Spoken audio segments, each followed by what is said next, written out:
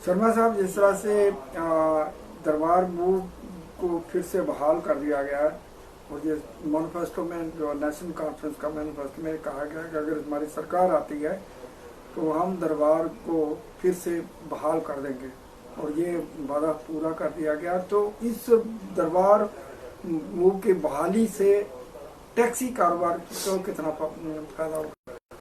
देखिए जी, जब दरबार मूव की जो परंपरा है, ये हमारी रियासत में प्राचीन परंपरा थी। हमारे जो महाराजा थे वो बड़े दूर अंदेशी राजा थे। उन्होंने इस परंपरा को जो लागू किया था, इससे पीपल टू पीपल टॉक, हमारा कल्चर जो डिफरेंट है, एक दूसरे का कल्चर से कल्चर मिलता था। और बिजनेस में जो है हमें भरपूर फायदा होता था। जैसे जो मुलाजिम आएंगे इधर, जो सेक्रेटरीट के मुलाजिम जब 6 महीने जम्मू में रहेंगे, तो जम्मू में जब वो रहेंगे तो नेचुरल है कि वो कुछ खाएंगे भी, वो कुछ पहनेंगे भी, वो घूमेंगे फिरेंगे। जब घूमेंगे फिरेंगे तो वो टैक्सी का भी प्रयोग करेंगे। जब टैक्सी वो यूज करेंगे तो हमारे काम काज में बढ़ोतरी जो है होगी, पहले भी होती थी।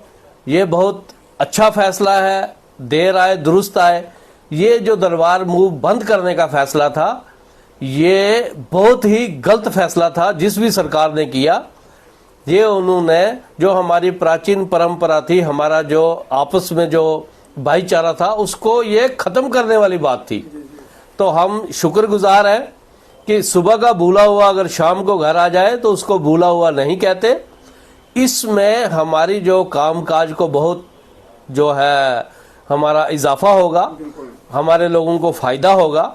हम इसका तय दिल से वेलकम करते हैं। जिस तरह से एक तर्क दिया जाता था कि ये 300 करोड़ या आने जाने में लग जाता था, अब तो डिजिटल का जमाना, तो आज ट्रांसपोर्टेशन तो मतलब क्या मात्र 0 रह गया। तो आपको लगता है कि जो दावे किए जाते थे जिसके कारण इसको बंद किया गया, क्या उसके ऊपर क्या कहेंगे? नहीं, ये देखो, जब कोई भी चीज किसी ने लागू करनी हो तो उसके वो मंगेरी लाल के सपने हसीन दिखाए जाते हैं। कि जैसे वो मंगेरी लाल के सपने होते हैं ना बड़े, कि मतलब बड़ा कुछ दिखाया जाता है, लेकिन वो कुछ नहीं था। गवर्नमेंट का जो पैसा खर्च होता था, वो पहले भी गवर्नमेंट डेवलपमेंट कराती थी, अभी भी जो है डेवलपमेंट तो चल रही है।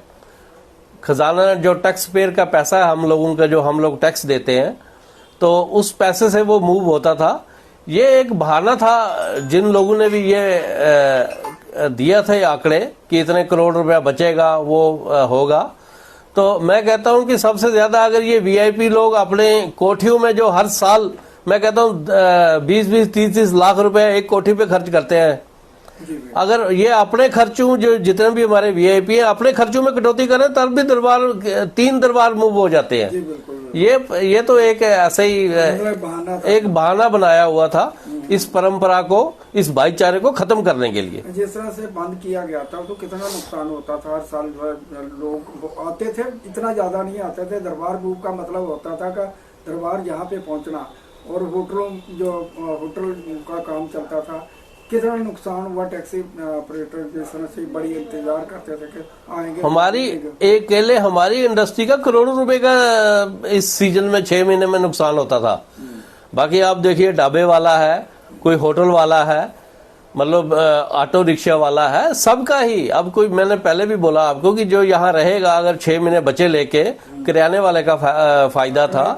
इसमें सबके जो मकान जो यहाँ पे लोगों के किराए पे लगते थे, सबको फायदा था। ऐसे ही जब दरबार कश्मीर में जाता है तो हमारे जो कश्मीर के भाई हैं उनको फायदा होता है।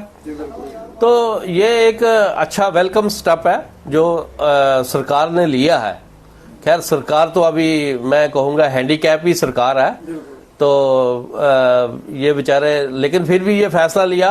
हम उमर अब्दुल्ला सरकार का और एलजी प्रशासन ने, क्योंकि इन्होंने भी फैसला करके फाइल उनके पास भेजनी होती है, तो एलजी साहब जब यस करेंगे तो तभी कानून वो लागू होता है।